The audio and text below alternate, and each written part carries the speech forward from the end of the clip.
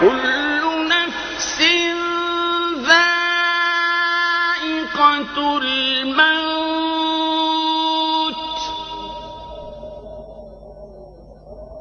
وإنما توفون أجوركم يوم القيامة فمن زحزح عن النار وأدخل الجنة فقد فاز وما الحياة الدنيا إلا متاع الغرور.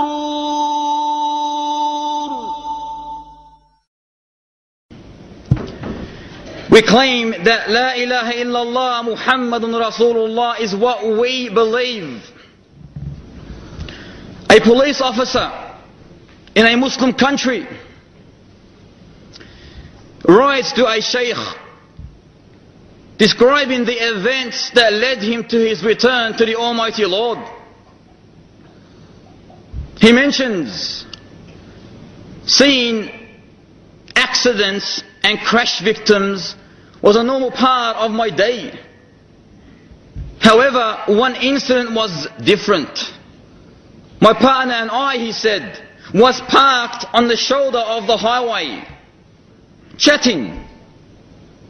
Everything calm, peaceful, quiet. When suddenly the scene shattered to the hideous sound of metal bodies becoming one. We threw our heads behind, he said. A head-on collision. Two young men sprawled in the first car. We gently removed them to the side of the road and quickly went back to the second car to assist the driver. However, he was dead. So we ran back to the two young men laying side by side on the pavement. My partner began saying to them, "Say La ilaha illallah," seeing them in that crucial, critical condition, on the verge, on the brink of death. Say La ilaha illallah. فإن الله حرم على النار من قال لا إله إلا الله يبتغي بذلك وجه الله. For indeed the Almighty Lord has forbidden for hellfire anyone that testifies La ilaha illallah, seeking thereby nothing except the countenance, the face, the pleasure of the Almighty Lord. These two young men, were they able to utter this testification of faith, this golden word, this word of salvation, of successfulness, the key to paradise? Were they able to utter this? No.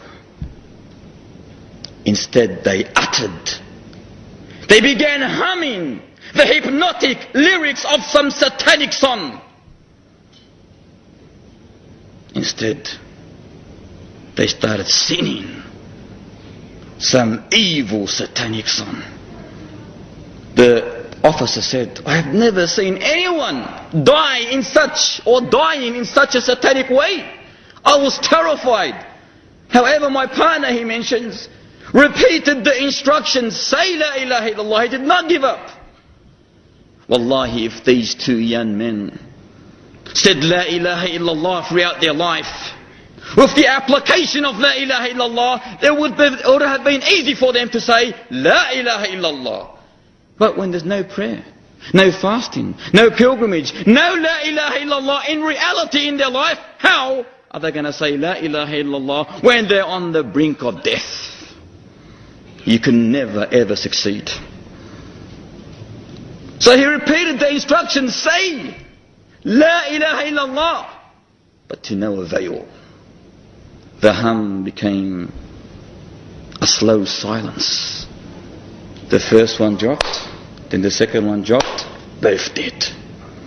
The last thing they uttered The last thing they whispered, the last breath they breathed was the breath of Satan.